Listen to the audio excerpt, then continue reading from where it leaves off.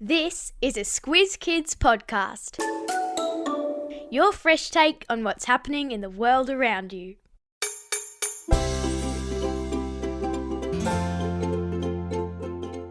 Depending on where you live, it could involve a sheep's head, whale blubber, or throwing food at the ceiling. Woohoo! This is your Squiz Kids shortcut to the world's Christmas menu, the podcast where we dive into the who, what, when, where, why and how of the big news stories. I'm Amanda Bauer. And I'm Bryce Corbett.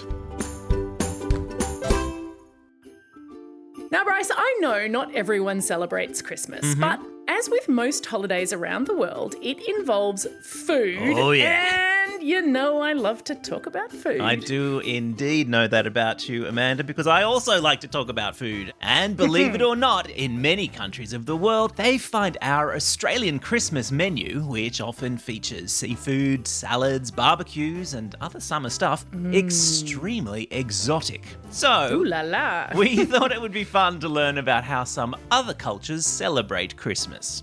Today, we'll take you through where you can find some of the most unusual Christmas dishes, to our Aussie palates at least, why some families sit down to a 12-course meal, and what is on the menu for dessert. Dessert, my favourite. Remember to listen carefully. There's a squiz at the end.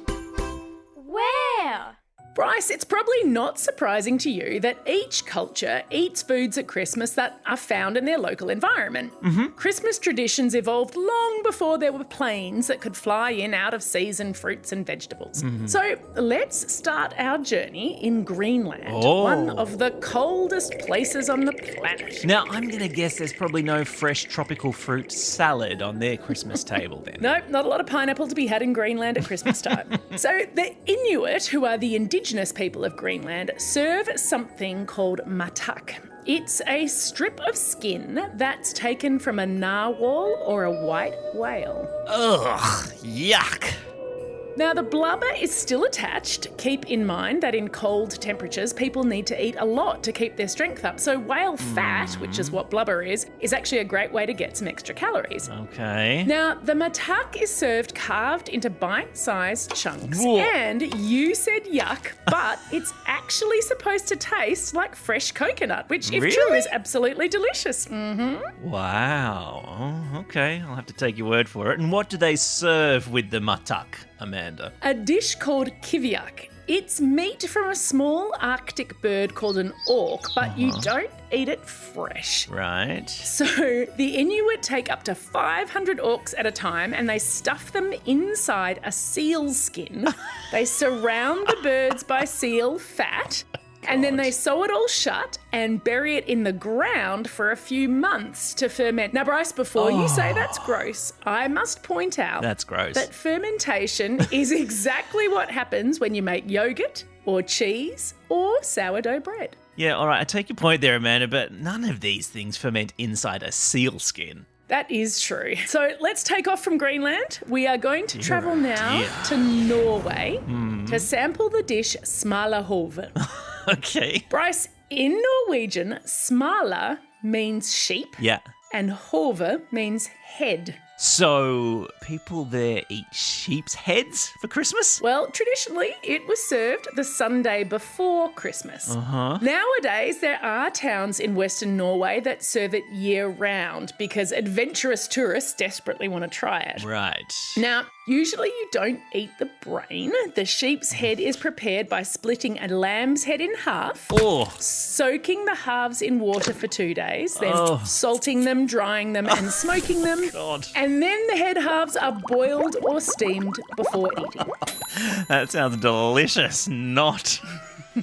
So essentially you get half a sheep's head on a plate for Christmas. Yeah, I'll put a picture in your episode notes. Traditionally, you eat the eyes and ears first. They're the most delicious, apparently. And it's served with potatoes. Oh dear. Potatoes. Okay, now you're talking. Amanda, you mentioned that in some countries, 12-course meals are served for Christmas. So where do we go for that? And will sheep's head be on the menu again? Don't worry, I think you're going to be safe. Okay.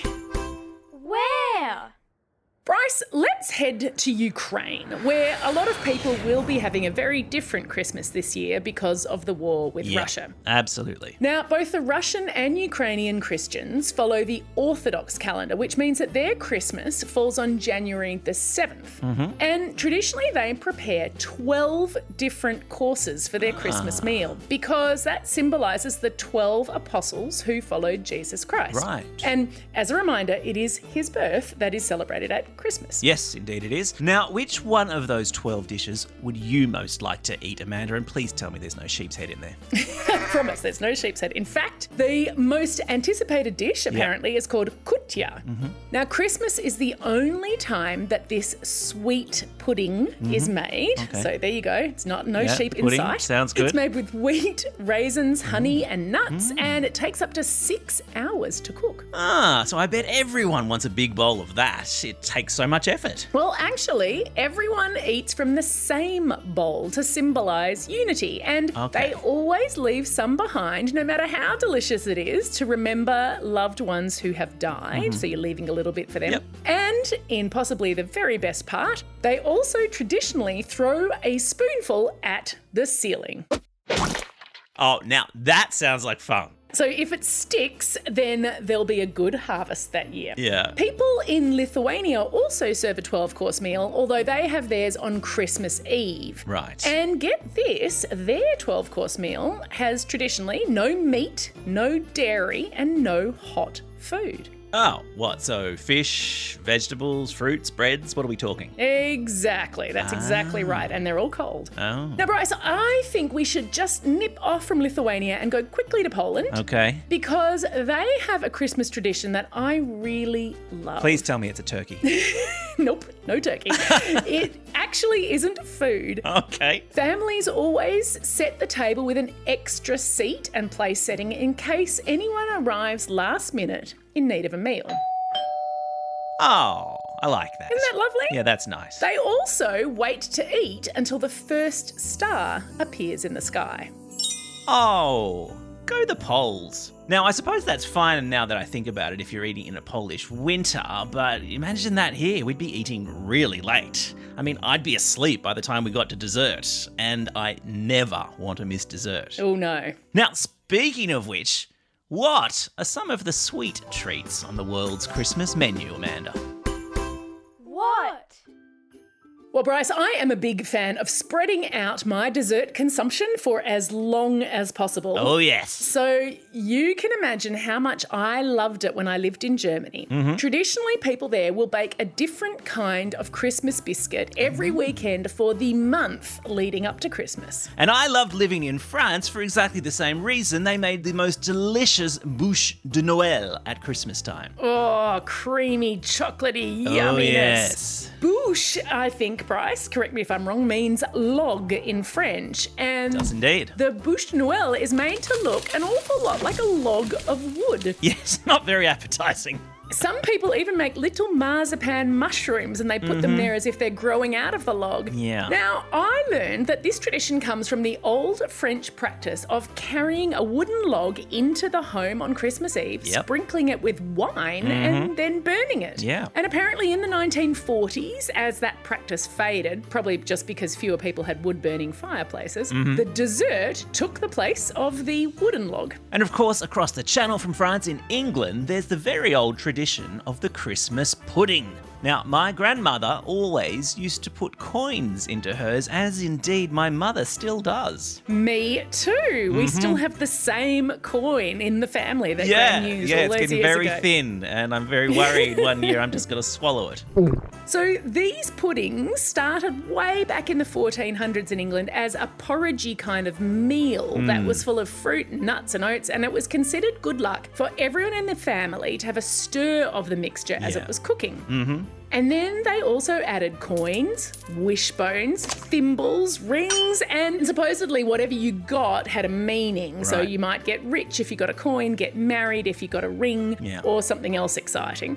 Now, Bryce, I can't find any statistics on the number of people who choked on their Christmas puddings filled with wishbones and thimbles, but I'm betting it's not zero. Yeah, I think you're probably right, and that is certainly one way of making dessert really unhealthy. Speaking of healthy, in China, where most of the population doesn't celebrate Christmas and it's not a public holiday, people have lately started giving apples to each other on Christmas Eve.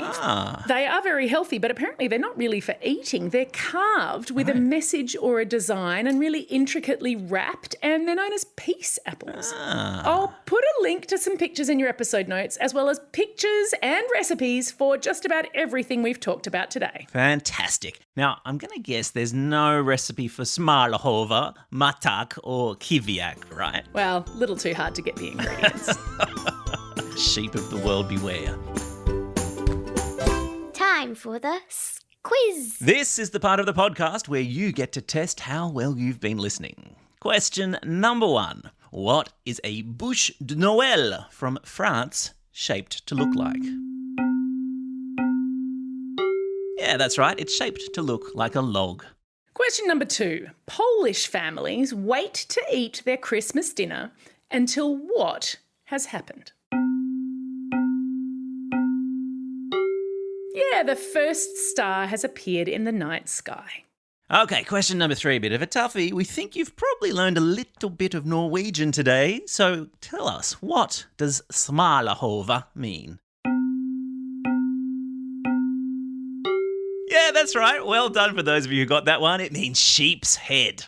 Question number 4. I know, we never do a fourth question, but Crazy. Bryce and I are wondering, what's on your family's Christmas menu? Do you have any traditional favourites from other countries? Have a chat about the history of your family's traditions. There's no right or wrong answer. Yeah, love it. That's all we have time for today. Thanks for joining us as we explored the who, what, how, where, when and why of the world's Christmas menu. Now get out there and have, from Amanda and I, a very Merry Christmas. Merry Christmas. Over and out.